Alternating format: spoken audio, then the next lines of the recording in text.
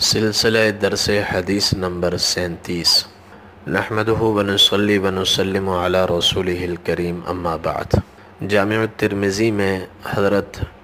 عمر بن عوف رضی اللہ تعالی عنہ سے مروی ہے، نبی کریم صلی اللہ علیہ وسلم نے ارشاد فرمایا: ان الدین لیأرز الی الحجاز کما تأرز الحیۃ الی جحرہا، کہ عن قریب ایک زمانہ آئے گا جب فسق و فجور عام ہو جائے گا، فحاشی اور عریانی عام ہوں گی، اور طرح طرح کے نت نئے بڑے چھوٹے فتنے ہر طرف پھیل جائیں گے، اور اہل ایمان کے لیے زمین تنگ پڑ جائے گی۔ تو آپ نے فرمایا اس وقت دین سمٹنا شروع ہوگا، اور سمٹتے سمٹتے سرزمین حجاز تک محدود ہو جائے گا۔ وَلَيَعْقِلَنَّ الدِّينُ مِنَ الْحِجَازِ مَعْقِلَ الْأُرْوِيَّةِ مِنْ رَأْسِ الْجَبَلِ، اور دین ایک محفوظ پناہ گاہ تلاش کرے گا، اور تلاش کرتے کرتے حجاز کی سرزمین اس کو ملے گی، اور وہ سرزمین حجاز میں پناہ گزین ہو جائے گا، محفوظ ہو جائے گا۔ جیسا کہ پہاڑی بکری کو جب خطرات لاحق ہوتے ہیں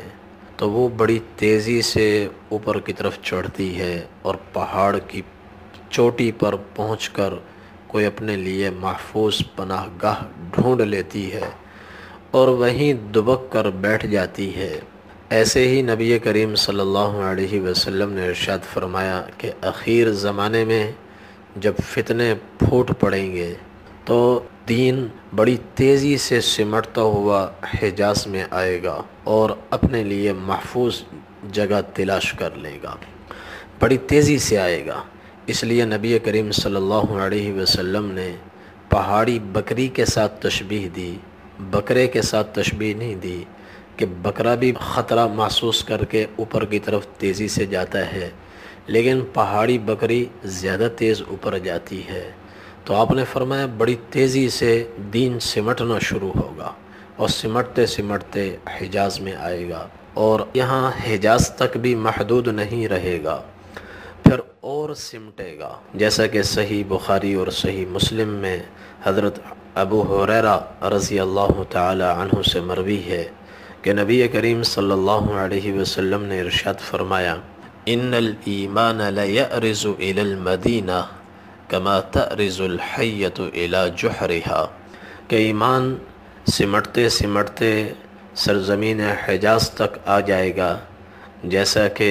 سانپ وہ بڑی تیزی سے سمٹ کر لہراتا بل کھاتا اپنی بل میں گھس جاتا ہے، ایسے ہی بڑی تیزی سے حجاز کے چاروں اطراف سے بھی سمٹتا سمٹتا مدینہ منورہ تک محصور ہو جائے گا، اور پوری دنیا کے ایمان والے دیندار لوگ اپنا دین بچانے کے لیے، اپنا ایمان بچانے کے لیے پہلے حجاز کا رخ کریں گے۔ جب حجاز کو بھی چاروں طرف سے یہود و نصارہ اور وقت کے بڑے بڑے دجالوں سے خطرات لاحق ہوں گے تو پھر وہ حجاز سے بھاگیں گے اور مدینہ منورہ میں آ کر محصور ہو جائیں گے، اور اللہ تعالیٰ رہتی دنیا تک، قیامت کے آخری دن تک، زندگی کے آخری دن تک تا قیامت مدینہ منورہ کی ہر فتنے سے بھی حفاظت فرمائیں گے اور ہر دجال سے بھی حفاظت فرمائیں گے۔ اور پھر نبی کریم صلی اللہ علیہ وسلم نے اسی حدیث میں ایک اور حقیقت ارشاد فرمائی۔ آپ نے فرمایا بدأ الدین غریبا، کہ تم لوگوں نے دیکھا کہ دین شروع میں اجنبیت کے ساتھ ظاہر ہوا،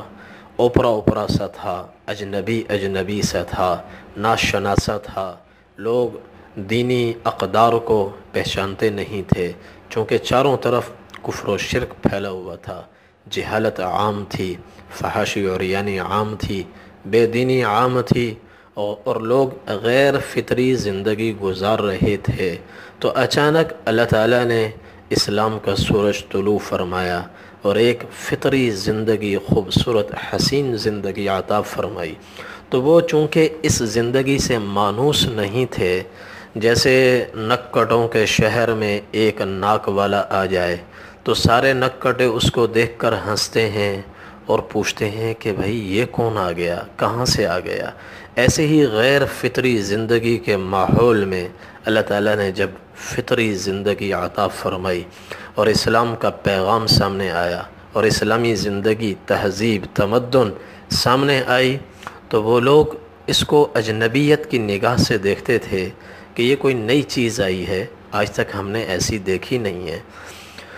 آہستہ آہستہ پھر اللہ تعالیٰ نے اسلام کو پھیلایا اور دنیا کے کونے کونے تک اسلام پھیلا اور اسلامی تہذیب، تمدن معروف ہو گئی اور اس کی اجنبیت اللہ نے ختم فرما دی۔ حضور صلی اللہ علیہ وسلم نے ارشاد فرمایا وَسَيَعُودُ كَمَا بَدَأَ، عن قریب پھر وہ دن آئے گا کہ اسلام اور دین اپنے پہلے دن کی طرح اجنبی ہو جائے گا۔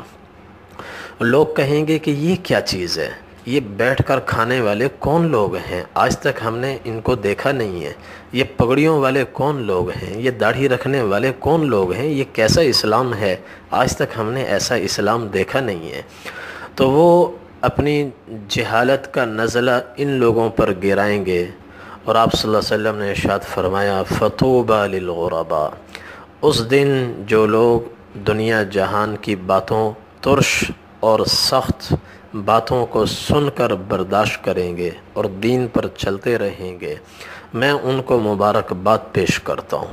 اور جو اس وقت اجنبیت کا داغ بھی اپنے سینے پر برداشت کر لیں گے اور سن لیں گے، سہ لیں گے، مگر لوگوں کے قہقہوں کی وجہ سے دین کو نہیں چھوڑیں گے